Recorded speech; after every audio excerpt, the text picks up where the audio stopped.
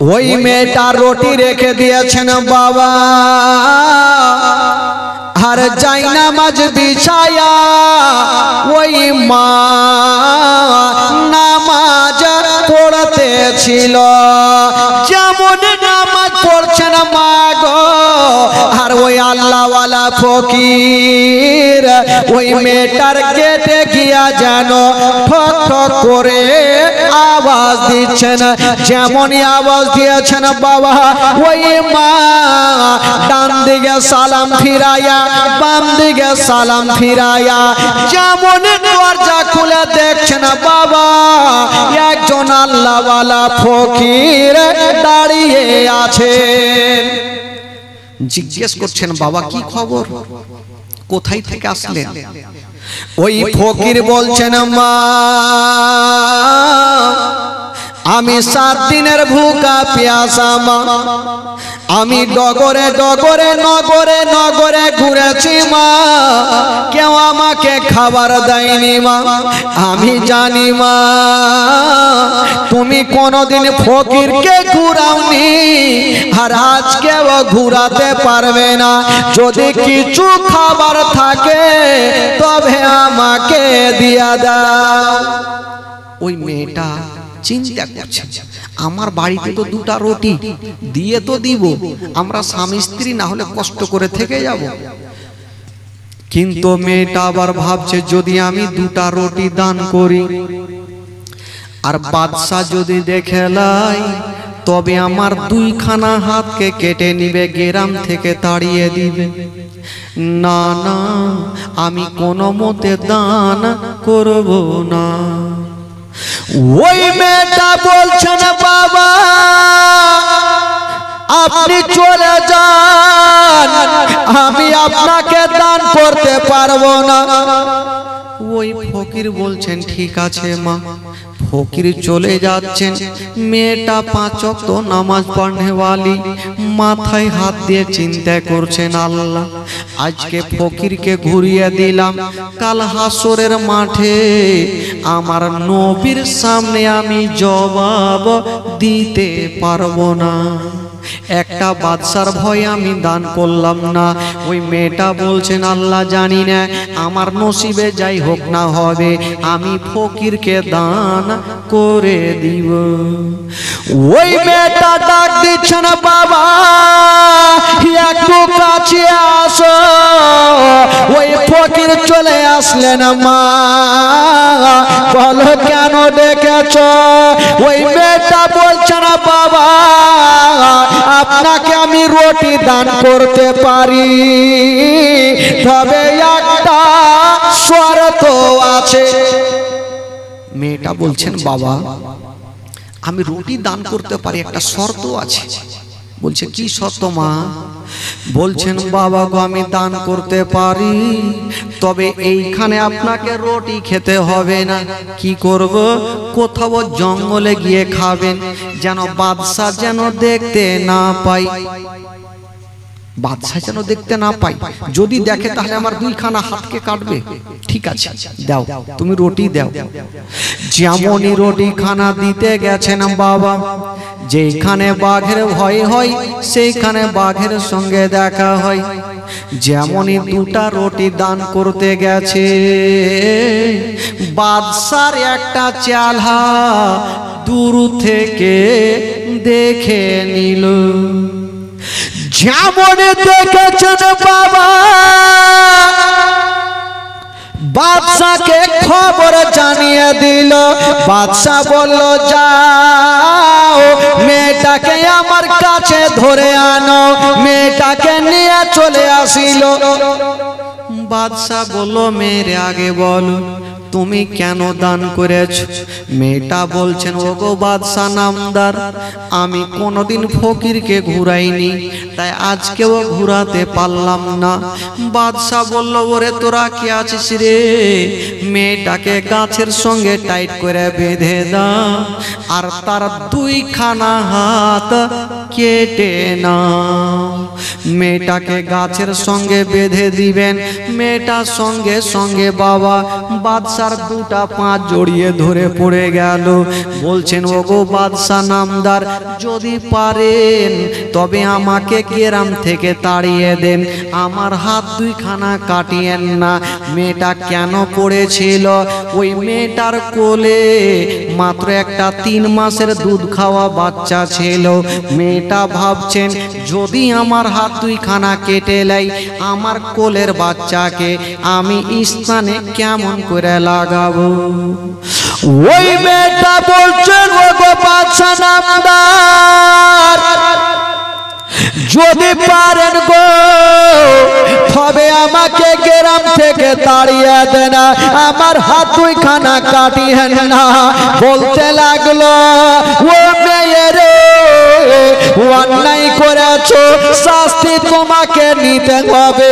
বাবা গো, ও মা বোনেরা, মেয়েটাকে গাছে বেঁধে দিয়া বাবা গো এত জোরে তার বাড়ি চালিয়ে দিল। ওই মেয়েটার হাতে পড়ে গেল, আর দুইখানা গাছ কেটে বাবা জমিনে পড়ে গেল। একটু হাত কাটলে কতটা রক্ত যায়। মেয়েটার দুইখানা হাত কেচেনে বেচারা।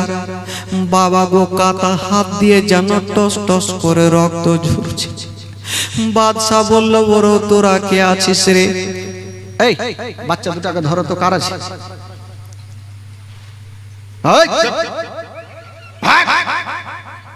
এবার ভয় পেয়ে আর আসবে না। বস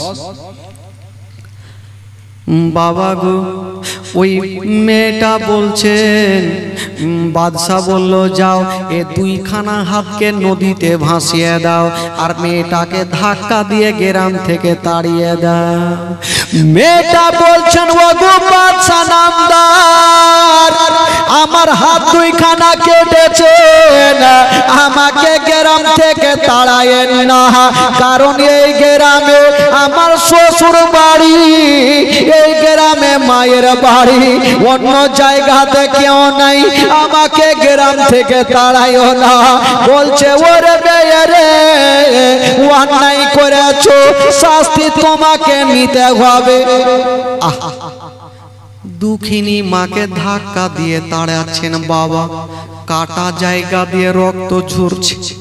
মেয়েটা 1 পা 2 পা করে যাচ্ছে। বাদশার একটা চেলা বলতে লাগলেন, ওগো বাদশা নামদার, মেয়েটা তো চলে যাচ্ছে, মেয়েটার 3 মাসের বাচ্চা আছে, এই বাচ্চাটার কি করব? বাচ্চাটাকে কি জবাই করে দিব? বাদশা বলল, না, ঘরে যাও আর একখানা গামছা নিয়ে চলে আসো। একখানা গামছা নিয়ে আসা হইল, মেয়েটাকে ডাক দিল, মেয়েটা চলে এসেন। বাবা বাচ্চা তো কোলে নিতে পারবে না। বাবা ওই 3 মাসের বাচ্চাকে গামছাতে টাইট করে বেঁধে দিল, আর মেয়েটার কোলেই ভাবে ঝুলিয়ে দিল, আর বলল, যাও, তোমার যেই দিকে দুটা চোখ যাবে চলে যাও। বাচ্চা সামনে ঝুলছে বাবা, ওই দুঃখিনী মা কোথায় যাবে গো? ও গো মা, শুনেন মা গো, কলেজা খানা পেটে যাবে।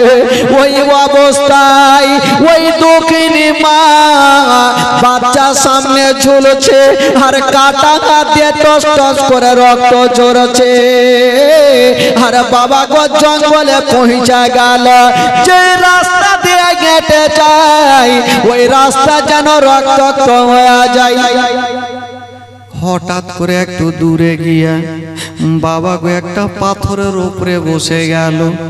যেমনই বসেছে মা, হঠাৎ করে বন্ধুরা, যে বাচ্চা গামছাতে বাঁধা ছিল ওই বাচ্চা হাও মাও করে মায়ের কোলে কাঁদতে লাগলো।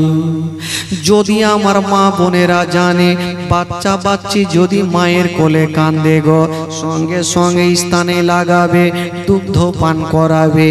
মেয়েটার হাত ছিল না, কেমন করে বাচ্চাকে স্থানে লাগাবে?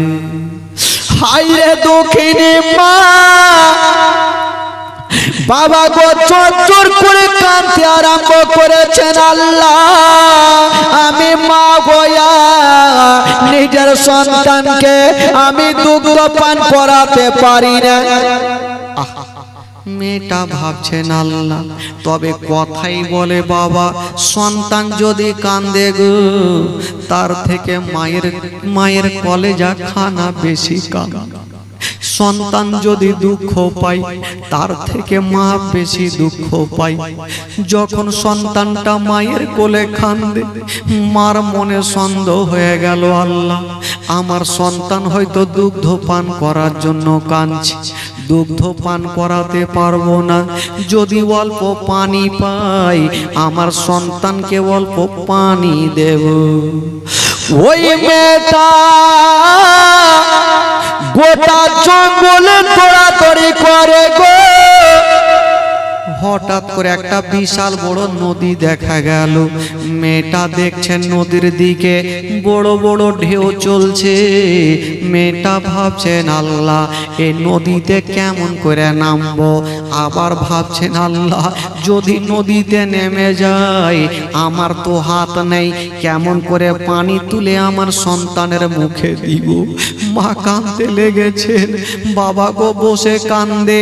একবার পানির দিকে দেখছেন মা, আর একবার সন্তানের চেহারার দিকে দেখছেন। আল্লাহ গো দুগ্ধ তো দূরের কথা, অল্প পানিও আমি হুলকুমে দিতে পারলাম না। ওই মেয়েটা কাঁদতেছিল। হঠাৎ করে বাবা প্রের মধ্যে একটা কথা জাগলো। মেয়েটা চিন্তা করছেন আল্লাহ আমার হাত নাই তো কি, আল্লাহ আমার মুখ আছে, আমি এক হাঁটু পানিতে নামবো আর ছাপড়ে গিয়া নিজের মুখে পানি তুলবো, আর আমার মুখের পানি আমার সন্তানের মুখের সামনে ছাড়বো। আমার সন্তানের হুলকুমে চলে যাবে, আমার সন্তানের জীবনটা বাঁচে যাবে। মা গো নিজের সন্তানকে বাঁচার জন্য মা নিজের জানের পারোয়া করে না। যেই নদীতে কোনো মানুষ নামতে পারে না ওই মায়া খাটু পানিতে নেমে গেল। যেমনই নেমে গেছে না বাবা,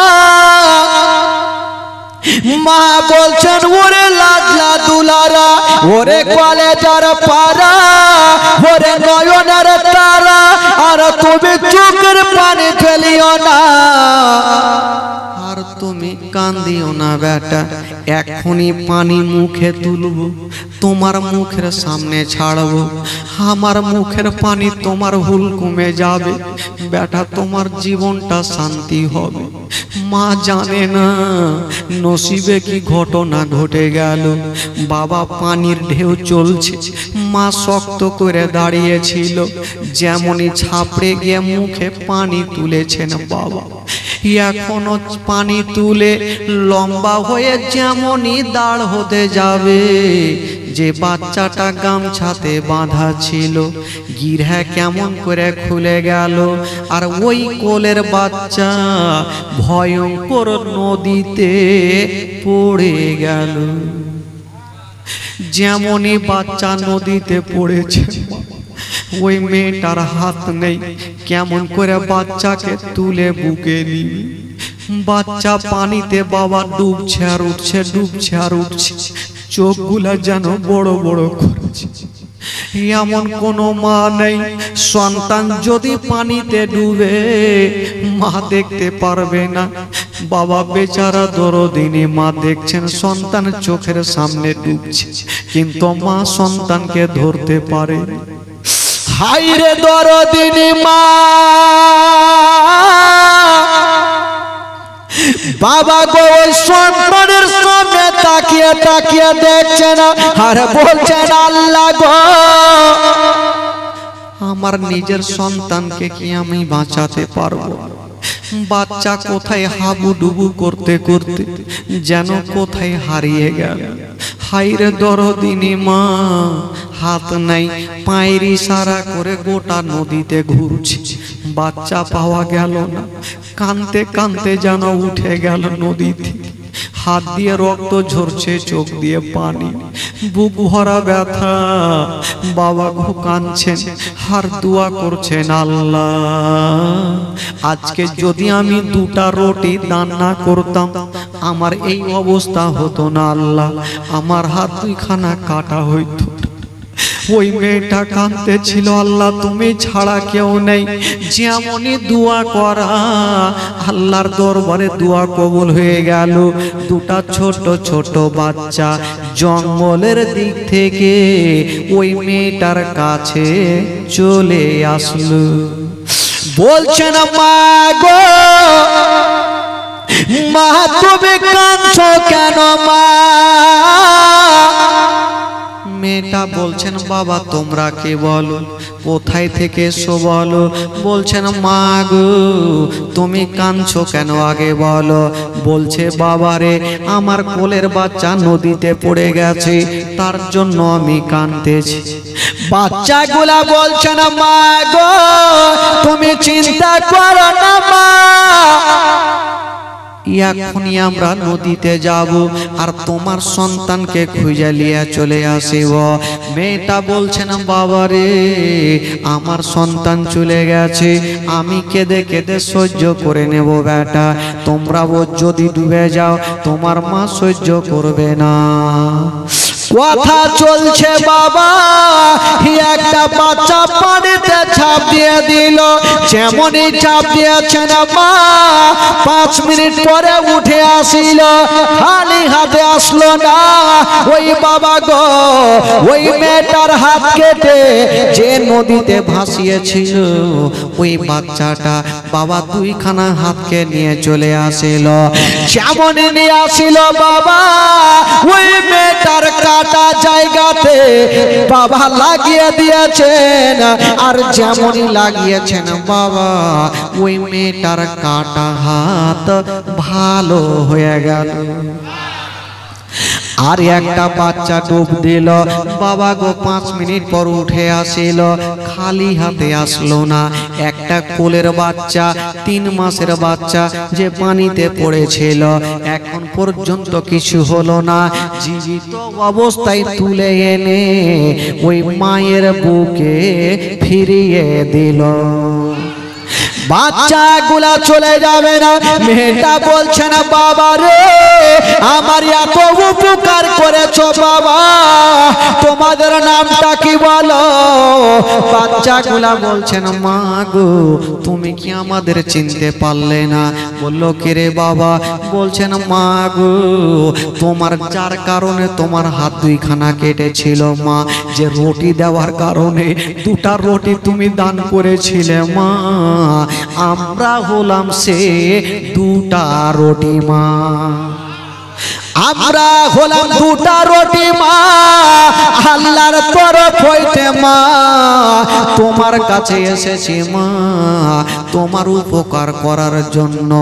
বাবা গো ওই মেয়েটা সঙ্গে সঙ্গে বাবা গো 2 রাকাত শুকরানা নামাজ আদায় করলেন। আল্লাহ গো তুমি ছাড়া কেউ নেই বাবা গো। তবে বুঝা গেল বাবা কোনোদিন ফকিরকে কেউ ঘোরাবেন না। মা গো যদি কাউরি বাড়িতে কোনো ফকির যায় মা তবে ফকিরকে ধিক্কার মেয়ে তাড়াবেন না মা। যদি বেশি না পারেন তবে অল্প দিয়ে বুঝাবেন, যদি কিছু না থাকে একটা ভালো ব্যবহার করে যেন ফকিরকে সান্ত্বনা দেবেন, ধিক্কার দিয়ে তাড়াবেন না। কোনো আল্লাহর খাস বান্দা যদি আপনার জন্য দিল থেকে প্রাণ থেকে দোয়া করে দেয় তবে আপনার বেড়া পার হয়ে যাবে। বাবা গো ও বন্ধুগণ বাবাজি ভাইরা, তবে দান করলে কখনো গলে যায় না। কাল হাসরের মাঠে এ দানটা আপনার সঙ্গের সাথী হবে। যখন আপনার হাতখানা ধরে জাহান্নামের দিকে নিয়ে যাবে এ দান বলবেন আল্লাহ গো এই ব্যক্তি জাহান্নামী হতে পারে না। কালকে ওই জীবনী জালসাতে এই ব্যক্তি আল্লাহ দান করেছিল, এই দানটা আপনার হাতখানা ধরে সেদিন আপনাকে জান্নাতে নিয়ে যাবে। তবে বাবা গো ভাইরা ও গো আমার আমার মা বোনেরা, বলছিলাম বাবা গো, দান ছাড়া তো জগতে কিছু নাই বাবা। আমার কমিটি ভাইরা কষ্ট করে কত সুন্দর করে প্যান্ডেল সাজিয়েছেন, আমার নবীর নামাসা ইমাম হাসান হোসেনের জীবনী লাগিয়েছেন বাবা গো। তবে বলছিলাম বাবা, ইমাম হোসেনের মহব্বতে এখনই ইমাম হোসেন কারবালার প্রান্তরে যাবে, মাত্র আধা ঘন্টার ঘটনা। তবে বলছিলাম বাবা গো,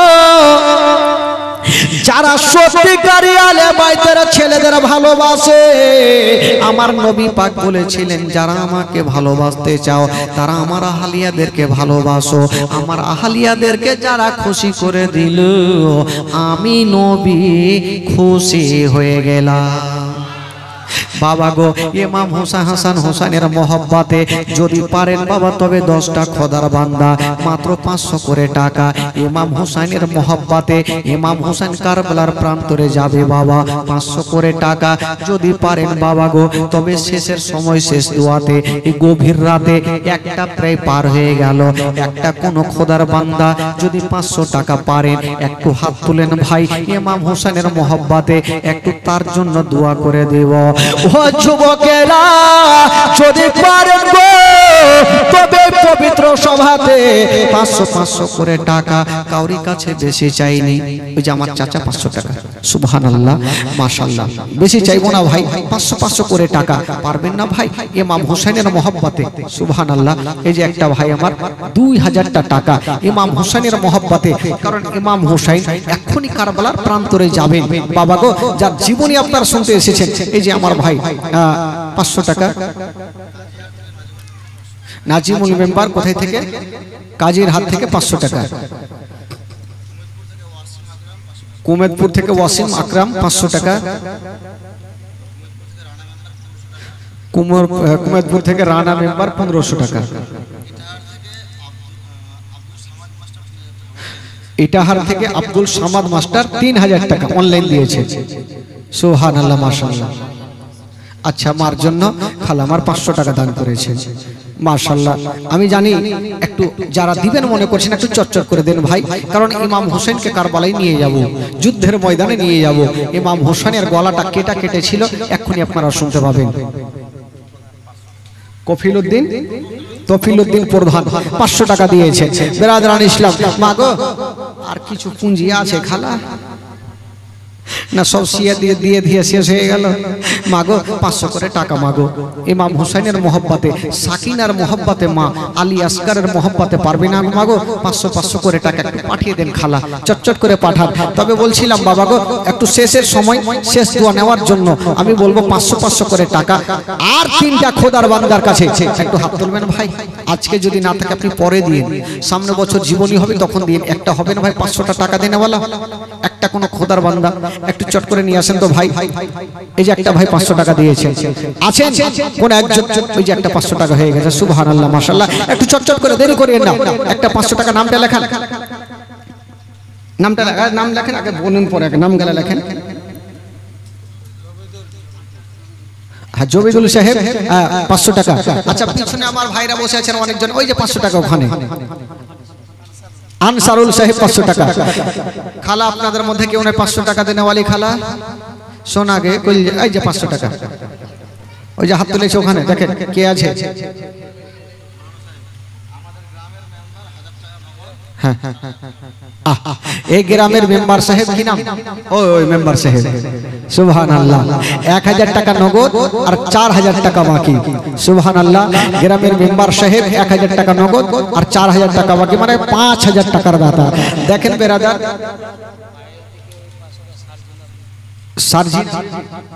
সারজুনা বিবি 500 টাকা দিয়েছে। আচ্ছা, কুমেদপুর থেকে কোনো মা আছেন 500 টাকা দিবেন? আছেন কোনো মা কুমেদপুর থেকে 500 টাকাকে খালাগে?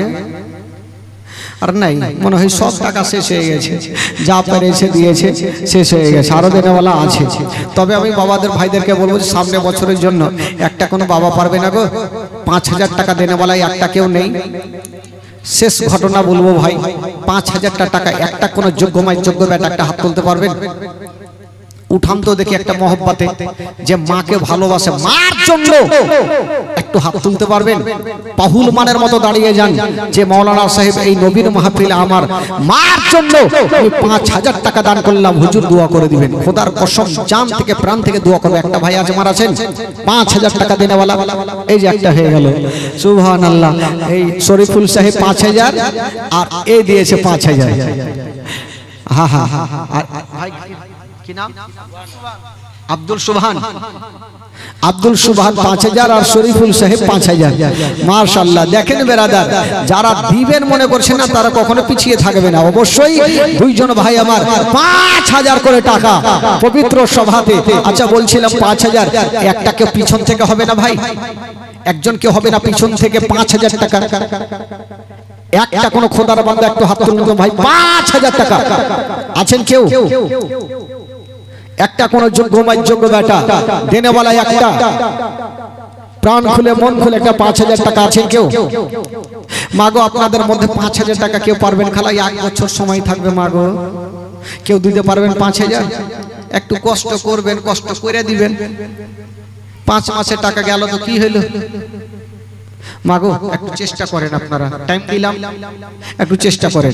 ভাইদেরকে বলবো যে 5000 টাকা পেলাম, তবে আর একটা আপনাদের মধ্যে 5000 হবে না? পিছন থেকে যদি পারেন তবে আরেকজন 5000 টাকা দিয়ে পবিত্র সভাতে শামিল হবেন। তবে সবই তো দিয়েছেন ভাই, একটা 786 টাকা বাকি আছে।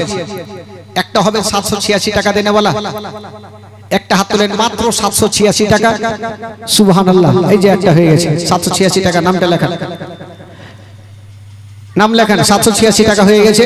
আচ্ছা আরেকজন হবেন 1786, 1786 টাকা। মাগো 1786 টাকা খুব কম খালা, উঠান তো মাগো। একজন ইশারা করেন তো খালা, একটা বছর সময় থাকবে, কষ্ট করবেন, স্বামীর পকেট থেকে চুরি করে করে দিয়ে দিবেন।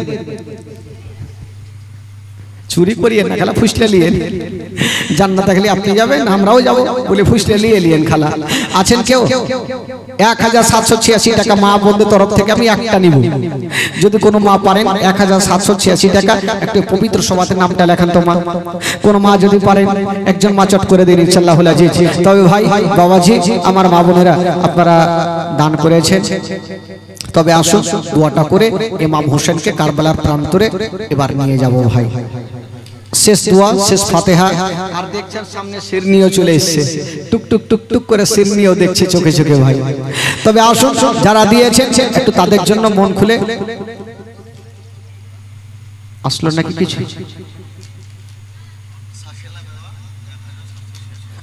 সাকিলা বাবা 1786 টাকা। সুবহানাল্লাহ। আমি জানি আমার মা বোনদের তরফ থেকে হইবে। সাকিলা বাবা 1786 টাকা। বেওয়া মানে বুঝতে পারলেন স্বামী জগতে নেই, তাও উনি দিচ্ছেন 1786 টাকা। যার স্বামী নাই মা, তার দুনিয়াটা অন্ধকার। মাগো সাকিলা বেওয়া হয়েছে, কোনো ঝামেলা বেওয়া নাই। 1786 টাকা আর কেউ হবে না? যদি পারেন মাগো আরে একটা দিয়েন খালা। হ্যাঁ আরে একজন দিয়ে পাঠান তো খালাগে 1786। আচ্ছা যারা দিয়েছেন একটু দোয়া করেন, সবাই হাত তোলেন। আল্লাহু আকবার। আল্লাহ রাব্বুল আলামিন মাওলা এই পবিত্র সভাতে বসে মাওলা গো কেউ 1000, 2000, 10, 20, 50, 1000, 2000, 5000 পর্যন্ত দান করেছেন। আল্লাহ আল্লাহ যে আশা নিয়ে দান করেছেন মাওলা, প্রত্যেকের দানকে তুমি কবুল করে নাও, প্রত্যেকের মনের বাসনাকে আল্লাহ তুমি পূরণ করে দাও রব্বুল আলামিন মাওলা গো। এই পবিত্র সভাতে যারা বসে আছেন মাওলা, প্রত্যেকের হাজিরিকে তুমি কবুল করে নাও। তাদের বাড়ি থেকে অসুস্থ থাকে মাওলা, তাকে তুমি সুস্থ বানিয়ে দাও। তাদের বাড়িতে রোজি রোজগার আল্লাহ তুমি বরকত দান দাও মাওলা। আমিন সুম্মা আমিন। বাহাকে লা ইলাহা ইল্লাল্লাহু মুহাম্মাদুর রাসূলুল্লাহ সাল্লাল্লাহু তাআলা সাল্লাম। আল্লাহুম্মা সাল্লি আলা মাওলানা মুহাম্মাদ ওয়া আলা আলি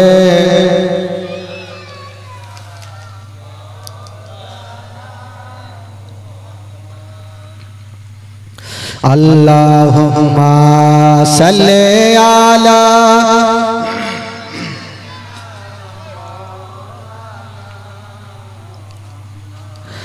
wa ala ali sayyidina wa ala ali sayyidina দেনা।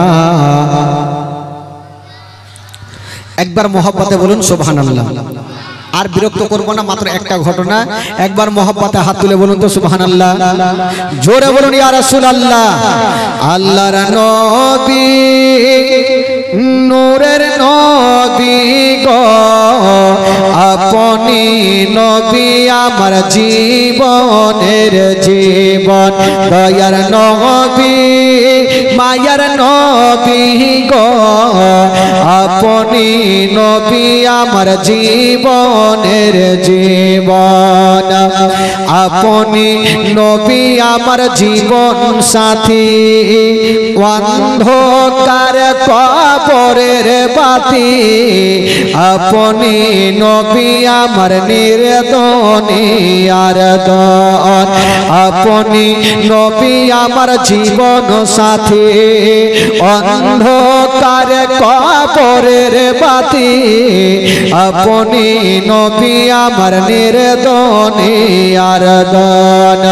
কে রাহমাতাল লিল আলামিন, আপনি উম্মতের জামিন।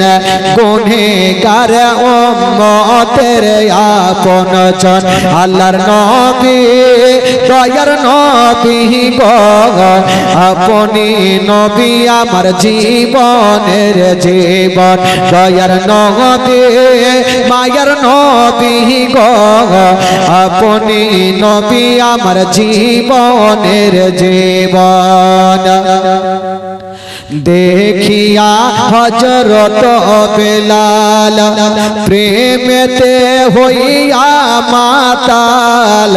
পাইল ও মায়ার জালাতন। দেখিয়া হযরত বেলাল, প্রেমেতে হইয়া মাতাল। পাইল ও মায়ার জালাতন। ও দেখে তাগার প্রেমে ভুকতে, বেলালকে দিলেন মুক্তি। আপনারে বানাইল আপন। আল্লাহর নবী দয়ার নবী গো, আপনি নবী আমার জীবনের জীবন। দয়ার নবী মায়ার নবী গো, আপনি নবী আমার জীবনের জীবন। দেখে তোমার মোজেজা, ভাগবতী মা খাদিজা। সপে দিল জীবন আর যৌবন।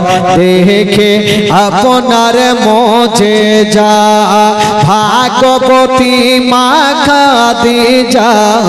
সপে দিল জীবন আর যৌবন।